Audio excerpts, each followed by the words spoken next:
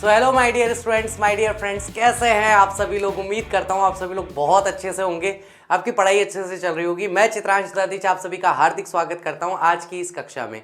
और गाइस, आज हम बात करने वाले हैं एक नए चैप्टर को लेकर के। चैप्टर का नाम है द एड्रेस। द एड्रेस जो है इतना शानदार और दिल को छू लेने वाला चैप्टर है, क्योंकि हमारे मानव जीवन में कई बार हमें एक चीज़ समझनी पड़ती है। कोई चीज़ है जो मुझे बहुत ही ज़्यादा प्यारी है, लेकिन जब भी मैं उस चीज़ को देखता हूँ मुझे अपने जीवन के सबसे बड़े दुख की याद आती है। तो क्या लगता है, उस चीज़ को मुझे अपने पास रखना चाहिए या छोड़ देना चाहिए, हटा देना चाहिए? बताइए क्या करना चाहिए। तो मैंने एक छोटा सा प्रश्न पूछा था आपसे कि ऐसी कोई चीज़ जो हमें अत्यंत प्रिय हो लेकिन हमारे दुख का बार बार कारण बन रही हो, तो उसे हमें छोड़ देना चाहिए। आप लोगों का ज़्यादातर का जवाब यही आया है। ठीक है, तो ये कविता, ये जो आपका चैप्टर है, ये भी कुछ इसी तरह का चैप्टर है कि एक महिला सैनिक है जो कि वर्ल्ड वॉर 2 में युद्ध करने के लिए गई है, लड़ने के लिए गई है।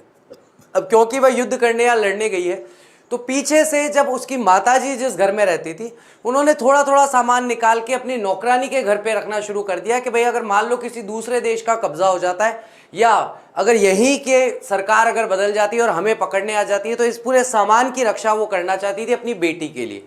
पीछे से उसके माताजी की डेथ हो जाती है और वो मेड जो है पूरे सामान को अपने पास रख लेती है। अब जब ये लड़की वापस युद्ध से वापस आती है, तब ये उस महिला से मिलने जाती है जिसके पास वो सारा सामान रखा था, लेकिन वह महिला बहुत ही गलत तरीके से उसके व्यवहार करती है। अब हम देखते हैं कि हमारी जो लेखिका है वो क्या तय करती है। क्या वो उस सामान को उससे लेकर वापस अपने घर पे आएगी या फिर वो सामान उसी महिला के पास छोड़ देगी? तो चलिए देखते हैं इस चैप्टर के अंदर। ठीक है, तो स्टार्ट करते हैं समरी के साथ। The narrator is Mrs S's daughter. तो जो नैरेटर है, नैरेटर का मतलब जो हमें कहानी सुना रही है, वो कौन है? मिसेस एस की बेटी है। कौन है? मिसेस एस की बेटी है। Who return to her home town after the war. वह अपने होम टाउन वापस लौट आई है वॉर खत्म होने के बाद। To look for her mother's item. उसकी माताजी के पास जितना भी सामान था उसको देखने के लिए, उसका ध्यान रखने के लिए। आफ्टर हर मदर डाइड, उसके माताजी की मृत्यु होने के पश्चात। मिसेस डॉर्लिंग, अब ये मिसेस डॉर्लिंग वही मेड है जिसके पास ये सारा का सारा सामान रखा हुआ है, यानी कि ये वही नौकरानी है। An old colleague of her mother's, जो पुरानी साथी है। कॉलीग वैसे उसको कहा जाता है जो दो लोग साथ में काम करते हैं, तो पुरानी साथी है उसकी माताजी की।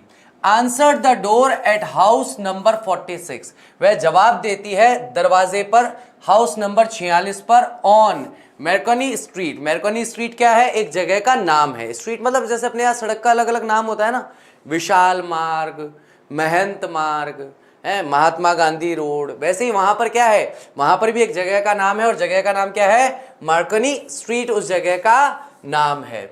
The women was dressed in her mother's green knitted cardigan. और वह जो महिला है यानी कि मिसेस डॉर्लिंग जो है, उन्होंने वही उसके माताजी का कार्डिगन, तो हम समझते हैं लड़कियों के पहनने का जो स्वेटर होता है ना जिसमें आगे की तरफ बटन्स होते हैं, उसे कार्डिगन कहते हैं। तो कार्डिगन पहन रखा है उसने जो हरे रंग का है और बुना हुआ है। निटेड का मतलब है बुना हुआ, हरे रंग का बुना हुआ कार्डिगन उसने पहन रखा है जो उसकी माताजी का ही है।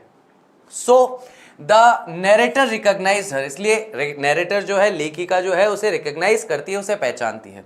She inquired rather the women new her mother, और वह जाकर उससे पूछती है, प्यार से प्रेम से पूछती है, आप मेरी माताजी को जानती थी? Despite the narrator's desire to speak with her for some time, इसके बावजूद भी कि हमारी जो लेखिका है जो हमें कहानी सुना रही है, उसकी इच्छा थी, उसकी डिजायर थी कि वह उस महिला से कुछ समय के लिए, कुछ देर के लिए बात करे। The women was not willing to and she close the door. वह महिला उस नैरेटर से बात नहीं करना चाहती थी और उसने दरवाजा बंद कर दिया। तो अब तक हमने ये देखा है ना, अब तक हमने ये देखा कि महिला जो है वह युद्ध से वापस लौट कर आई है और उसकी माताजी का जो सामान मिसेस डॉर्लिंग के पास पड़ा है, वहां पर वो उससे मिलने जाती है। मिलने पर जब वह उससे कुछ देर बात करना चाहती है तो वह पूरी तरीके से उसे पहचानने से मना कर देती है और दरवाजा बंद कर देती है। लेकिन जब लेखिका ने देखा कि भाई वह महिला जो खड़ी है उसने हरे रंग का स्वेटर पहन रखा है, जो लेखिका की माँ का ही है वो स्वेटर, और वह बुना हुआ हरे रंग का स्वेटर है। ठीक है, नेक्स्ट आ रहा है हमारा, the story shifts to a time when her mother was alive and her homeland, जो कि हॉलैंड है, was in the midst of a war. कहानी शिफ्ट होती है एक ऐसे समय पर जब उसकी माँ जिंदा थी, यानी कि अब कहानी में पुरानी यादें वापस आने लगी है कि पुराने समय की याद उसे वापस आती है। क्या याद आती है? जब उसकी माताजी जिंदा थी उसके घर में, जो कि हॉलैंड में था, और उस समय का जो दौर है, वो जो समय चल रहा था, वो एक युद्ध के बीच का समय चल रहा था। मिडिस्ट का मतलब होता है मध्य, युद्ध के मध्य का वह समय था। ठीक है। फॉर अ फ्यू डेज, कुछ दिनों से, she had return to her home town, वह अपने घर कुछ समय के लिए बीच में, युद्ध के बीच से आई हुई थी। She discovered that a number of items were missing amongst her mother's things. तो उसके माँ की जो वस्तुएं थी उसमें से कुछ आइटम, कुछ वस्तुएं जो है वह मिसिंग थी। मिसिंग थी मतलब वह गायब थी। क्यों गायब थी? क्योंकि Mrs. S had informed her daughter about Mrs. Darling, who had removed all the vases, antique plates and china after promising to keep them secure. क्योंकि मिसेस एस जो है वह अपनी बेटी को, यानी कि हमारी लेखिका को बताती है मिसेस डॉर्लिंग के बारे में, जिसने सारे के सारे वासेस का मतलब जो गमले होते हैं, है ना, फूलदान होते हैं, वो हटा दिए थे। एंटीक प्लेट्स, जो अपने आप में अद्वितीय की तरह की प्लेट्स है वो, और चाइना के जो आइटम होते हैं वो हटा दिए थे, ये वादा करके कि भाई मान लीजिए कि अभी अगर आपके सामने पुलिस आ जाती है आपके घर पे तो सारा सामान जब्त कर लेगी, तो आप मेरे घर पे रखवा दो ताकि सुरक्षित रहे। और वह वादा करती है कि वह उसे वापस लौटा देगी। She would take something home with her every time she left their home house, और जब भी वह उनके घर से निकलती थी तो थोड़ा थोड़ा सामान ले जाती थी, यानी हर विजिट पर वो कुछ ना कुछ उठाकर ले जा रही थी। On the way home on the train, जब लेखिका घर लौट रही थी ट्रेन से, द नैरेटर रिमेंबर्ड, तो नैरेटर को याद आया लेखिका को, seeing Mrs Darling leave their house the next day with a hefty suitcase. तो अगले उसे याद आया कि मिसेस डॉर्लिंग जो है एक भारी भरकम सा बड़ा सा सूटकेस उठाकर ले जा रही थी। ठीक है, उसका सूटकेस उठाकर ले जा रही थी। हेफ्टी का मतलब है भारी सूटकेस या भारी भरकम आप कह सकते हो। Mrs Dorling's features and broad back had caught her attention, और मिसेस डॉर्लिंग के जो फीचर्स थे, फीचर्स यानी गुण, वो दिखने में कैसी थी, उसकी विशेषताएं क्या थी, ये सारी की सारी चीजें। ब्रॉड बैक, और उसकी चौड़ी सी जो पीठ थी, हैड कॉट हर अटेंशन, उस पर उसका ध्यान गया, फॉर अ ब्रीफ वाइल, बहुत कम, ना के बराबर समय के लिए। ब्रीफ का मतलब होता है कम समय के लिए। ठीक है। She inquired her mother about the women's location, और उसने अपनी माँ से पूछा कि ये महिला जो हमारे घर का सामान उठाकर ले जा रही है ये आखिरकार रहती कहाँ है। The narrator's mother told her about the address at time, और उस समय नैरेटर की जो लेखिका की जो माँ है उसने उनका एड्रेस बता दिया था कि 46 मार्कोनी स्ट्रीट पर ये महिला रहती है। After the liberation battle ended, और जब स्वतंत्रता मिल गई तो स्वतंत्रता मिलने के बाद ये जो युद्ध था ये युद्ध एंड हो गया, ये युद्ध समाप्त हो गया। The narrator return to her home town, और लेखिका अपने होम टाउन वापस लौट आई। She decided to return after the first failed visit.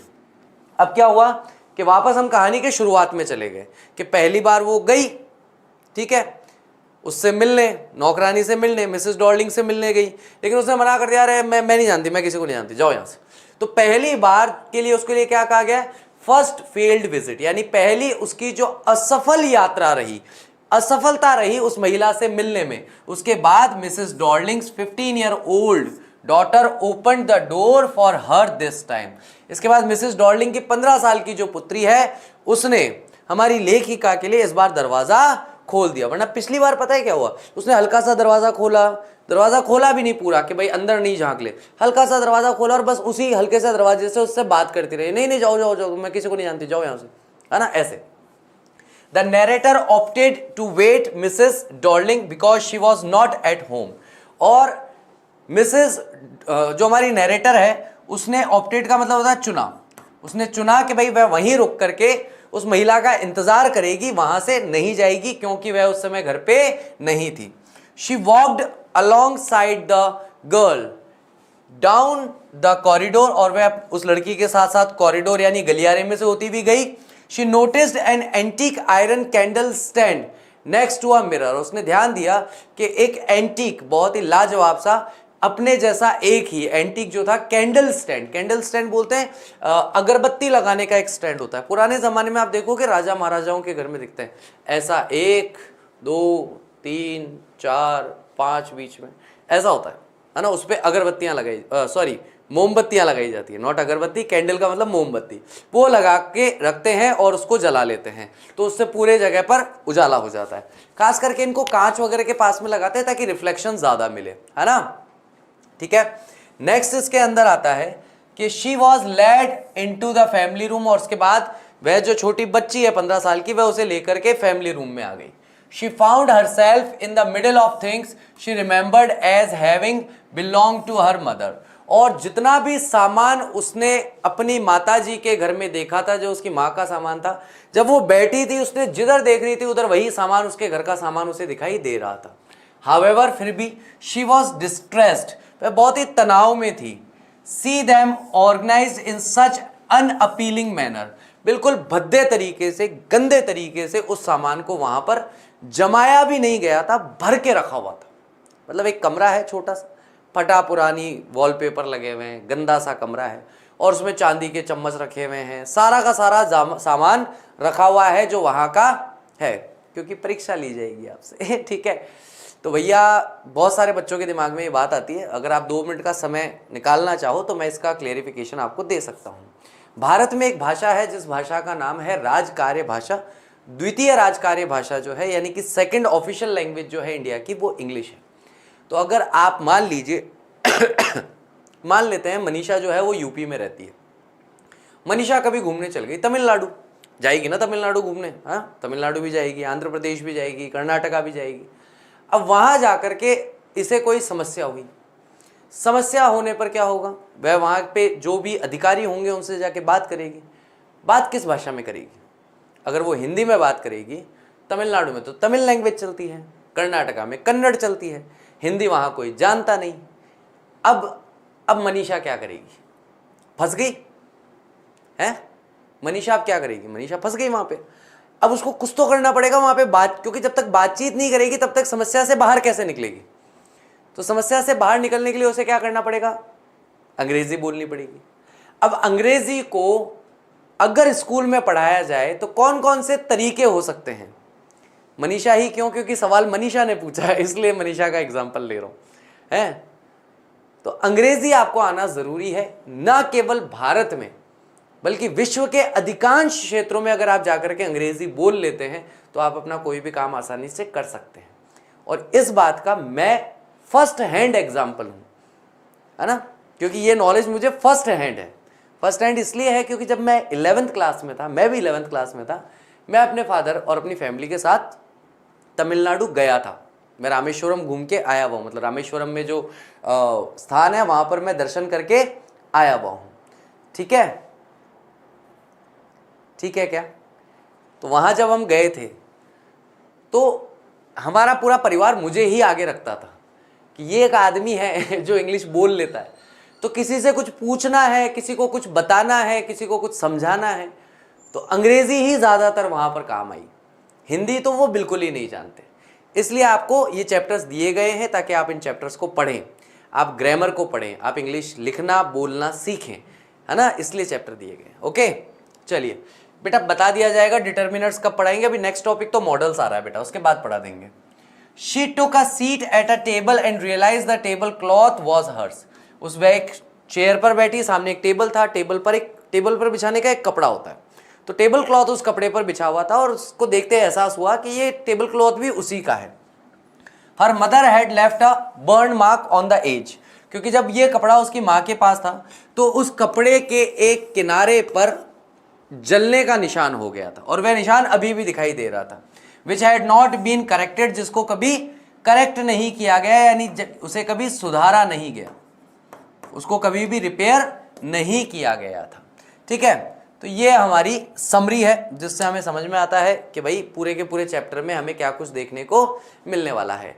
Last में क्या होता है वो मैंने जानबूझकर पोर्शन हटा दिया ताकि चैप्टर पढ़ने का इंटरेस्ट हमारा बना रहे और चैप्टर हम अच्छे से पढ़ें।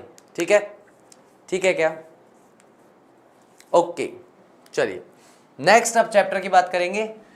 Do you still know me, I asked, मैंने पूछा कि क्या तुम मुझे अभी भी, स्टिल का मतलब क्या होता है, तुम अभी भी मुझे जानती हो क्या, do you still know me.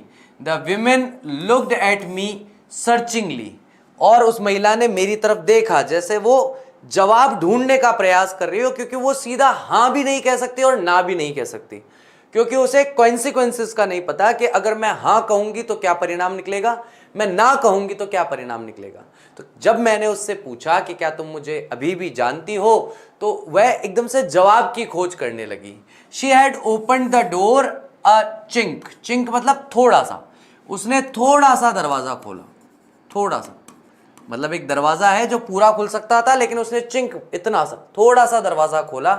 I came closure, मैं और ज्यादा नजदीक आई, मैं उस दरवाजे के और नजदीक आई, and stood on the step, और सीढ़ी पर ही खड़ी थी। No I don't know you, महिला ने जवाब दिया, नहीं मैं तुम्हें नहीं जानती। I am Mrs S daughter, मैं मिसेस एस की बेटी हूं। तो यहां पर अब बात किस किस के बीच में हो रही है, डू यू स्टिल नो मी, ये कौन बोल रहा है, ये हमारा नैरेटर बोल रहा है, द नैरेटर जो महिला है, सोल्जर जो है, ठीक है। और नो आई डोंट यू ये किसने बोला है, ये यहां पर मिसेस डॉर्लिंग बोल रही है, और फिर वापस जवाब दे रही है कौन, हमारी नैरेटर, कि भाई मैं मिसेस एस की बेटी हूं। अब क्योंकि चैप्टर ऐसे नोट पे स्टार्ट होता है ना, और खास करके ऐसी भाषा में, इंग्लिश भाषा में, जो हम समझ नहीं पाते हैं, और जब चैप्टर ऐसे चलता है कि सीधा सीधा चल रहा है, फिर पुरानी कोई बात आ गई, फिर थोड़ा सीधा सीधा चला, फिर पुरानी कोई दूसरी बात आ गई, फिर सीधा सीधा चला, फिर पुरानी कोई तीसरी बात आ गई, तो पढ़ने में हम लोग थोड़े से कंफ्यूज हो जाते हैं कि कहां पर कौन सा भाग चल रहा है, क्या ये भाग वास्तविकता में अभी चल रहा है या ये कोई पुरानी बात को याद कर रही है। तो मैं आपको बताते हुए चलूंगा कहां पर कौन सी बात आएगी, ठीक है। She held her hand on the door as though she wanted to prevent it opening any further, और उसने हेल्ड का मतलब है उसने दरवाजा पकड़ा हुआ था अपने हाथ से उस दरवाजे को, जैसा कि वह चाहती हो रोकना। क्या रोकना चाहती हो, कि दरवाजा पूरा ना खुल जाए, यानी कि उसने, जब आपने किसी के घर के दरवाजे पे खटखटाया, उसने थोड़ा सा दरवाजा खोला और इसी थोड़े भाग से बात कर रही, वह पूरा नहीं खोलना चाह रही। क्यों नहीं खोलना चाह रही, क्योंकि जैसे ही पूरा दरवाजा खुलेगा और पीछे जो सामान दिखाई देगा वो सारा सामने वाली लड़की पहचान जाएगी, हाँ यही है जो हमारे घर से सारा सामान लेके आई थी, क्योंकि पीछे सारा सामान दिखाई दे रहा है। तो उसने रोके रखा, क्योंकि वह नहीं चाहती थी कि दरवाजा और अधिक, एनी फर्दर मतलब और ज्यादा खुले। Her face gave absolutely no sign of recognition, उसके चेहरे पर को एब्सोल्युटली मतलब पूर्णतः कोई भी चिन्ह पहचान का दिखाई नहीं दे रहा था, यानी कि उसके चेहरे पर ऐसा कोई हाव भाव नहीं था जिससे मैं कह सकूं कि उसने मुझे पहचान लिया। She kept staring at me in silence, वह चुपचाप बस मुझे घूर रही थी। परहैप्स शायद, आई वॉज मिस्टेकन, मुझसे गलती हुई थी, आई थॉट मैंने सोचा, परहैप्स इट इजंट हर, शायद ये महिला वो महिला नहीं हो, ये महिला शायद कोई और महिला हो, ठीक है। I had seen her only once, क्योंकि मैंने उसे केवल एक बार देखा था। फ्लीटिंग, वो भी जाते हुए, मतलब वह बस जा रही थी, जाते हुए बस मैंने वैसे ही देख लिया था। And that was years ago, वो भी बहुत साल पहले की। रंग द रॉन्ग बेल, और शायद हो सकता है कि मैंने गलत घर की घंटी बजा दी है।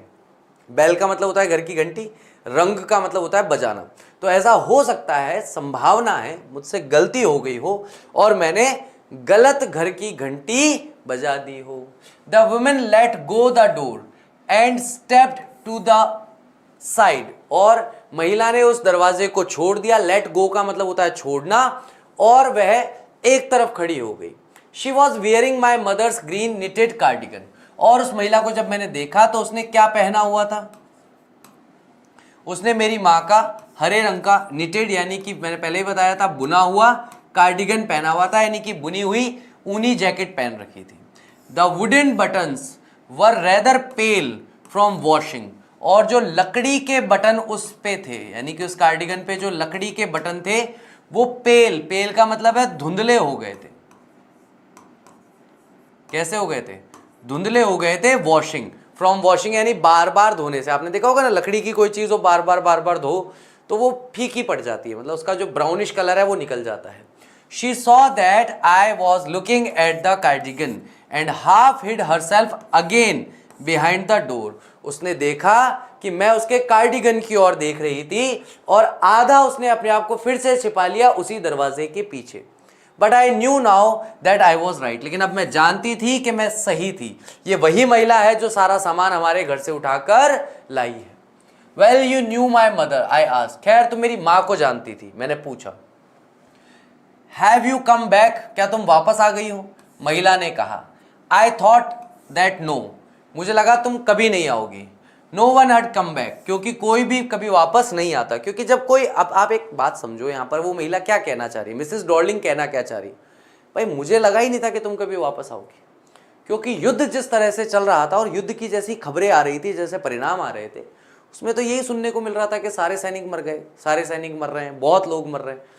तो यहाँ पर मिसेस डॉर्लिंग पूरे समय यही सोच रही थी कि जो मिसेस एस की डॉटर है, यानी ये सोल्जर जो है, ये उस युद्ध में मर गई होगी। तो वो कहती है no one had come back, क्योंकि कोई वापस नहीं आया। जितने भी सैनिक गए थे वो सारे मर गए, युद्ध के अंदर कोई लौट कर नहीं आया। तो मुझे लगा तुम भी नहीं आओगी। तो सोल्जर कहती है, ये जो हमारी नैरेटर है वो कहती है, ओनली मी, केवल मैं ही लौट कर आई हूं। अ door opened and closed in the passage behind her, और जहां वो खड़ी थी उस गलियारे में, उस पैसेज में, उसके पीछे से एक दरवाजा खुला और बंद हुआ। अ मस्टी स्मेल इमर्ज्ड, और एक फफूंदीदार सीलन भरी बदबू जो है वहां से निकली। I regret I can not do anything for you, और फिर मिसेस डॉर्लिंग नैरेटर को जवाब देती है कि मैं माफी चाहती हूं, मैं तुम्हारे लिए कुछ नहीं कर सकती। I have come here specially on the train. तो यहां पर नैरेटर कहती है, मैं विशेष रूप से ट्रेन पकड़कर यहां आई हूं, ठीक है। और क्योंकि मेरी माँ की मृत्यु हो चुकी है और किसी को मैं इस टाउन में मिलना नहीं चाहती, जानती भी नहीं हूं, काम भी नहीं है मेरा कोई, तो वह यहां पर यह बताना चाहती है कि मैं स्पेशली, विशेष रूप से तुमसे मिलने के लिए ट्रेन पकड़ कर आई हूं। I wanted to talk to you for a moment, मैं बस एक क्षण के लिए, क्षण मात्र के लिए तुमसे बात करना चाहती हूँ। इट इज नॉट कन्वीनियंट, ये सुविधाजनक नहीं है, फॉर मी, मेरे लिए, नाउ, अभी। सेड द विमेन, विमेन ने कहा। आई कांट सी यू, सी का मतलब यहां देखना नहीं है, मिलना है। मैं अभी तुमसे नहीं मिल सकती, I can't see you. Another time, हो सकता है फिर कभी अपन मिले, बैठे, बात करें, पर अभी नहीं। शी नॉडेड, यहां पर उसने हाँ में सर हिलाया। And cautiously close the door as though no one inside the household should be disturbed, और उसने ऐसे सर हिलाते हुए कहा कि अभी मैं तुमसे नहीं मिल सकती, और कहते हुए उसने बहुत ध्यान से, कॉशियसली मतलब ध्यान से, बहुत सावधानी से उसने दरवाजा बंद कर लिया। ऐसे बंद कर लिया कि no one inside the house should be disturb, कि भाई अंदर जो भी लोग हैं उनमें से कोई भी परेशान ना हो, कोई भी डिस्टर्ब ना हो, किसी को भी पता ना चले कि भाई ऐसी कोई महिला मिलने आई हुई है, ऐसी कोई लड़की सोल्जर जो है वो मिलने आई है। तो वो नहीं चाहती थी, एक्चुअली वो चाहती थी कि ये लड़की जो आई है इसे अंदर का कुछ भी दिखाई ना दे, मेरे घर वालों को पता ना चले कि इस तरह की कोई लड़की मेरे से मिलने आई है। तो वो कहती है मेरे लिए सुविधाजनक नहीं है, हो सकता है फिर कभी मिलेंगे, फिर कभी बात करेंगे, और वह दरवाजा बंद कर लेती है।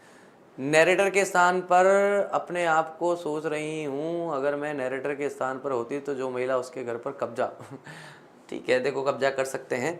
बहुत सारी चीज़ें बहुत अलग तरीके से काम करती है ना। दो चीज़ें होती है, एक होता है स्वामित्व, एक होता है पोजीशन, कब्जा, है ना। तो कोई भी चीज़ का स्वामित्व किसी भी इंसान का हो सकता है, लेकिन वो चीज़ वास्तविकता में उसी की होती है जिसके पास है वो चीज़, जिसके हाथ में है वो चीज़। ये मैंने एक बार महसूस किया था जब मेरा दोस्त की और मेरी लड़ाई हो रही थी, और उसने मेरा फ़ोन उठा लिया था कि मैं पटक दूंगा इसको, मैं तोड़ दूंगा इस फ़ोन को। बस कुछ नहीं, हमने उसकी कुछ ऐसी मस्ती मजाक करते हुए कुछ फ़ोटो खींच ली थी जो उसको पसंद नहीं आई। तो जब उसके हाथ में मेरा फ़ोन था ना, तब मुझे पता था कि इस फ़ोन का मालिक मैं हूँ, मैंने पैसा दिया इस फ़ोन का, ये फ़ोन मेरा ही है। लेकिन जब वो फ़ोन मेरे दोस्त के हाथ में था ना, तो मुझे पता था कि इस फ़ोन के साथ होगा वही जो वो चाहेगा, मेरे चाहने से कुछ नहीं होने वाला। अगर उसने एक सेकंड में भट करके पटक दिया पत्थर पे तो टूट गया फ़ोन। अब रो लो, रीक लो, लड़ लो, झगड़ लो, पुलिस कंप्लेंट कर लो, जो करना है कर लो, फ़ोन तो गया। सिंपल सी बात ये। तो ये बात हमें समझनी चाहिए कि कोई चीज़ जिसके पास है ना, एक क्षण के लिए मान के चलो ये चीज़ उसी की है, ठीक है, अपने पास नहीं है, अपन कुछ नहीं कर पाएंगे इस चीज़ का, ठीक है। I stood where I was on the step, और मैं जहाँ खड़ी थी मैं वहीं खड़ी रही। मैं कहाँ खड़ी थी? तो मैं सीढ़ी पर खड़ी थी और मैं सीढ़ी पर ही खड़ी रही। The curtain in front of the bay window moved, और सामने की तरफ जो बाहर की तरफ खुलने वाली खिड़की होती है उस पर पर्दा जो है वो हिला, थोड़ा सा मूव किया, जैसा कि आप इसमें देख सकते हो। पर्दा है, हल्की सी हवा चली, हिला। Someone stared at me, किसी ने मेरे को घूर के देखा। And would then have asked what I wanted, और उसने मुझसे पूछा कि भाई मैं क्या चाहती हूं। Oh nothing, अरे कुछ नहीं। The woman would have said, तो महिला कहती कुछ नहीं। I was nothing, क्योंकि मैं, it was nothing, कोई बात नहीं है। ठीक है, यानी कि पीछे से कोई हल्का सा खिड़की का पर्दा हिला और मुझे लगा कि कोई मुझसे पूछेगा कि भाई तुम क्या चाहती हो, और मैं उसे ये जवाब दूंगी कि मैं कुछ नहीं चाहती। ठीक है, तो ये केवल सोच रही है, ऐसा और कुछ भी नहीं हो रहा है। I looked at the name plate again, मैंने फिर से नेम प्लेट की ओर देखा। डॉर्लिंग इट सेड, और इस पर क्या लिखा हुआ था? डॉर्लिंग। तो हमने स्टार्टिंग में ही आपको बता दिया कि ये मिसेस डॉर्लिंग जो हैं उनके पास सारा सामान है। In black letters on white animal, और काले रंग के अक्षर लिखे हुए थे सफेद रंग के पेंट पर, यानी कि पहले इतनी सी जगह को सफेद रंग का रंग दिया और उसमें फिर काले रंग से अक्षर लिख दिए। ठीक है, और अक्षरों में क्या लिखा? डॉर्लिंग, ऐसा। तो ये बैकग्राउंड जो है ये तो हो जाएगा व्हाइट, और ये जो अक्षर लिखे गए हैं ये लिखे गए हैं ब्लैक कलर से।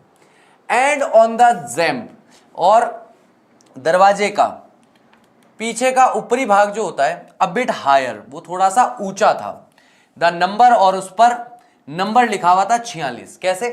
जैसे कि आप ये मान लो कि ये दरवाजा है और दरवाजे के ऊपर ये, जिसको हम लोग तो यहाँ राजस्थानी में तो बारसोज बोलते हैं। क्या बोलते हैं? बारसोज मतलब लकड़ी की चारों तरफ होती है ना, क्या बोलते हैं उसको? आप लोग क्या बोलते हो? दरवाजा है, दरवाजा जिस पर टिका हुआ है, जिस पर बंद होता है और खुलता है, उसकी चारों तरफ एक लकड़ी का बना हुआ होता है ना, फ्रेम, उसकी बात हो रही है। तो ये जो फ्रेम था, फ्रेम का थोड़ा सा हिस्सा बीच में से उभरा हुआ था और उस पर लिखा हुआ था 46। As I walked slowly back to the station, I thought about my mother. अब यहां पर क्या हो रहा है? यहां तक कि ये घटना तो सारी वर्तमान में हुई है। अब जो घटना हो रही है, यानी यहां से अब वह पुरानी यादों में खो जाएगी, अपनी मां के समय की, जब उसकी माताजी जीवित थी, उन यादों में चली जाएगी। तो ध्यान रखना, यहां पर मैं एक क्रॉस लगा रहा हूं। क्यों लगा रहा हूं? क्योंकि यहां तक का प्रेजेंट टेंस में चला है। अब इसके बाद वाली जो बातें आएंगी वो सारी की सारी पुरानी यादों को दर्शाएंगी। ठीक है, तो जैसे मैं धीरे धीरे वापस स्टेशन की तरफ जा रही थी, वॉक्ड मतलब चलकर, पैदल जा रही थी, चौखट, हाँ चौखट बोलते हैं। थॉट अबाउट माई मदर, मैंने अपनी माँ के बारे में सोचा। Who had given me the address years ago, जिसने मुझे ये पता दिया था बहुत साल पहले। It had been in the first half of the war, और ये फर्स्ट हाफ यानी कि आधा भाग, मतलब जब युद्ध शुरू हुआ था उसके शुरुआत के समय की बात थी, यानी युद्ध के पूर्वार्ध बोलते हैं अपन, है ना। फर्स्ट हाफ को क्या बोलते हैं? पूर्वार्ध। ऐसा एक शब्द होता है, मुझे नहीं पता आपने कितना पढ़ा होगा। ये पूर्वार्ध के समय की बात है, फर्स्ट हाफ के समय की बात है, जब युद्ध चल रहा था। I was home for a few days, मैं कुछ दिनों के लिए अपने घर आई हुई थी। ठीक है, and it stuck me immediately that, और ये बात अचानक से मेरे दिमाग में अटक गई, दैट समथिंग और other about the rooms had changed, कि कुछ तो मेरे घर में बदल गया है ना, कुछ तो मेरे घर में चेंज हुआ है, कुछ तो बदला है। आज आप जैसे घर में रहते हो, अगर आप वैसे के वैसे आप हॉस्टल चले जाओ 2 साल के लिए और 2 साल बाद अचानक से आओ, तो या तो आपको घर बिल्कुल वैसा ही दिखेगा जैसा है, या अगर आपके घर वालों ने फर्नीचर और टीवी, फ्रिज, ये सारी चीज़ों की दिशाएं और जगह बदली है, तो आपको आते ही एक एहसास होगा कि यार कुछ चेंज है घर में। या तो पहले जगह कम होगी या बाद में जगह कम हो जाएगी। पहले घर थोड़ा बड़ा लगता था, अब थोड़ा छोटा लगने लगा है। कुछ चीज़ें बदल गई होंगी, पुरानी अलमारी हटा दी, नई अलमारी आ गई है, नया टीवी आ गया, नया फ्रिज आ गया, या एक वॉशिंग मशीन और आ गई, या कहीं पर सिलाई टेबल पहले नहीं थी आपके घर में लेकिन अचानक से आपको कोई दिखाई देगी। तो कोई चीज़ जो नहीं थी और अब है, या थी और अब नहीं है, 2 सिचुएशन तो ये हो सकती है, और या फिर चीज़ों का स्थान बदला गया है। तो यहाँ पे वो यही कहना चाह रही है कि भाई जैसे ही मैं घर आई, मैंने देखा कि यार कमरों के बारे में और इन सब चीज़ के बारे में मुझे एकदम से एहसास हुआ, महसूस हुआ कि यार कुछ तो बदल गया है। आई मिस्ड वेरियस थिंग्स, मैं बहुत सारी चीज़ों को देख रही थी जो मिस थी, जो वहाँ पर नहीं थी।